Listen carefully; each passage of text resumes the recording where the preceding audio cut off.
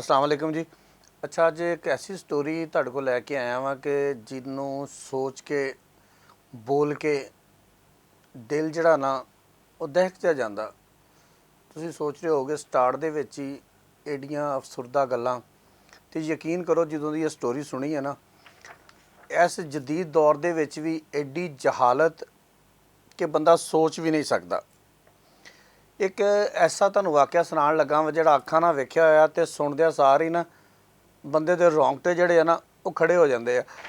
कहते हैं कि माँ वो ऐसी हस्ती है जिहदे पैरों के थल्ले जन्नत हुंदी है, ते माँ दे नाल जुड़िया आ हर रिश्ता उन्ना ही एहतराम दे काबिल हुंदा जिन्ना तुहाडी माँ तुहाडे वास्ते काबिल एहतराम आ। माँ दी माँ, माँ दा वालिद, माँ दा भरा, माँ दी भैन, ये सारे रिश्ते वो ने जिहड़े मुहब्बत प्यार दे नाल भरे हुए ने। लेकिन फैसलाबाद का एक इलाका जी खोड़ियां वाला, उत्थे जहालत की एक ऐसी दास्तान सामने आई है कि तुसी सुनोगे तो मैं कहां कि तुसी कहोगे लख की लानत। इस तो अगे मेरे को लफज कोई नहीं है, जो तुहाडे को है तो तुसी लाजमी कमेंट्स में सानू दसने हैं कि इस तो अगे भी कोई चीज़ है।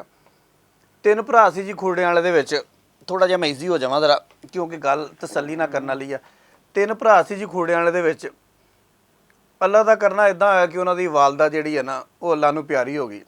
अल्लाह पाक उन्होंने जन्नत दे विच जगह देवे, क्योंकि मावां सारियां दियां सांझियां होंदियां। वो जनाब माँ जिहड़ी सी वो दो भरावां को रहिंदी सी, एक भरा दे नाल बोल चाल कोई नहीं सी। वो एक भरा जिहड़ा विचारा मूँह वेखण वास्ते आया, विचारा तो नहीं कहांगे उन्होंने, उहदे वास्ते भी मैं दुआ ही कर सकदा कि अल्लाह पाक उन्होंने हदायत देवे, लेकिन वो इस काबिल भी नहीं कि उन्होंने दुआ दी जाए, पर अल्लाह पाक सारिਆਂ ते अपना रहम करे। वो मूँह वेखण वास्ते आया तो दूसरे भरावां ने मूँह वेखण ही नहीं दिता। खैर उन्होंने अपनी माँ का मूँह वेखण वास्ते पुलिस बुलानी पई। थाना खोड़ियां वाला पुलिस मौके पर गई, उन्होंने जाके मुंडे नूं अपनी माँ का मूँह विखाया। खैर वालदा की तदफीन हो गई, सारा कुछ हो गया। 9 वजे खत्म की वारी आ गई जी। दोनों भरावां ने बल्कि तिन्ना भरावां ने, दो तो कट्ठे सी ते एक अलग सी, उन्होंने अपनी अपनी जगह पर खत्म का इहतमाम कर लिया जी। ਜਿਹੜੇ दो भरा सी उन्हें सारे नानके सद ले, ਜਿਹੜਾ कल्ला भरा सीगा उन्हें भी नानकिਆਂ ਨੂੰ सद लिया, तो 20 मन गोश्त ਜਿਹੜਾ ਸੀ ना, कल्ले भरा की मैं गल करदा, दोनों भरावां ਨੂੰ ਛੱਡ ਦਿਓ, ਇਹਨਾਂ ਦੀ स्टोरी पिछे रह गई है। ਜਿਹੜਾ कल्ला भरा सीगा उन्हें 20 मन गोश्त सद लिया तो सारी अपनी बरादरी उत्थे इकट्ठी कर ली। तुहानूं मेरे पिछे फुटेज दे विच नज़र भी आ रहा होगा कि बरादरी के सारे लोग फिर रहे आ। अच्छा, शमसी बरादरी दे विच एक रवायत आ कि जदों भी 9 वजे ख़त्म होएगा ना, सब तो पहले रोटी नानकिਆਂ ਨੂੰ ਦਿੱਤੀ जाएगी। अगर नाना हजूर जिंदा ने तो नाने ਨੂੰ ਦਿੱਤੀ जाएगी, अगर मामा जिंदा तो मामे ਨੂੰ ਦਿੱਤੀ जाएगी, अगर खाला जिंदा तो खाला ਨੂੰ ਦਿੱਤੀ जाएगी। यही माँ के नाल जुड़े हुए रिश्ते ने, मतलब माँ के खानदान ਨੂੰ पहले रोटी ਦਿੱਤੀ जाएगी, उस तो बाद अगे शुरू किया जाएगा।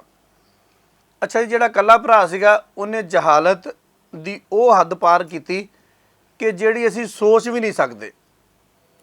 उन्हें किया जी, उन्हें अपने नानकिਆਂ की जगह के उत्ते कुत्ता रखता, बूली कुत्ता जिहदा एडा मूँह आ, वो लै आंदा जी।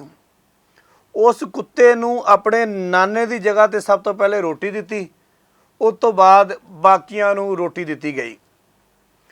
इत्थों तुसीं अंदाज़ा ला सकते हो कि इन्ना जदीद दौर, इलैक्ट्रॉनिक, सोशल मीडिया ते की किया जा सकता वा कि पिंडां दे विच भी जगह जगह के उपर इंटरनैट, स्कूल, कॉलेजिज, हर चीज़ बन गई, लोगों नूं ताकि शऊर आ जाए।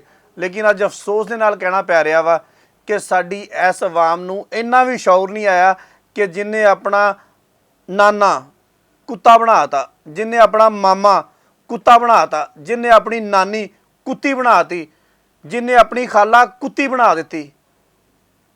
कि अज के मुहज़्ज़ब मुआशरे दे विच तुहानूं ये गल सोचदियां समझदियां होया जेब दिंदी है। मतलब तुसीं कह सकते हो कि कुत्तियां कर दी उस बंदे ने। तो मैं माजरत भी करांगा क्योंकि स्टोरी और सारा कुछ तुहानूं दसना भी जरूरी सीगा। तो मैं माजरत इस तो कर रहा वां कि वो मुकद्दस रिश्ते जिन्हां दा एहतराम असीं मरदे दम तक करांगे, ਉਹਨਾਂ ਨੂੰ ਅੱਜ ਮੈਨੂੰ ਇਹ ਲਫ਼ਜ਼ ਕਹਿਣਾ ਪੈ ਰਿਹਾ ਸਿਰਫ ਇੱਕ ਜਹਲ ਆਦਮੀ ਦੀ ਵਜ੍ਹਾ ਤੋਂ। ਅੱਲਾਹ ਪਾਕ ਉਹਨੂੰ ਹਦਾਇਤ ਦੇਵੇ, ਅੱਲਾਹ ਪਾਕ ਉੱਤੇ ਆਪਣਾ ਰਹਿਮ ਕਰੇ, ਕਰਮ करे। लेकिन साड़ी सिविल सोसाइटी नूं, साडे उलमा कराम नूं, साड़ी पुलिस नूं, साड़ी जिला इंतजामिया नूं इस गल नूं देखना पेगा कि अगर यह कोई जुर्म बनता वा तो इस जुर्म के तहत इस बंदे ते मुकदमा दर्ज होना चाहिए और इनू करार वाकई सज़ा मिलनी चाहिए है। बहुत शुक्रिया।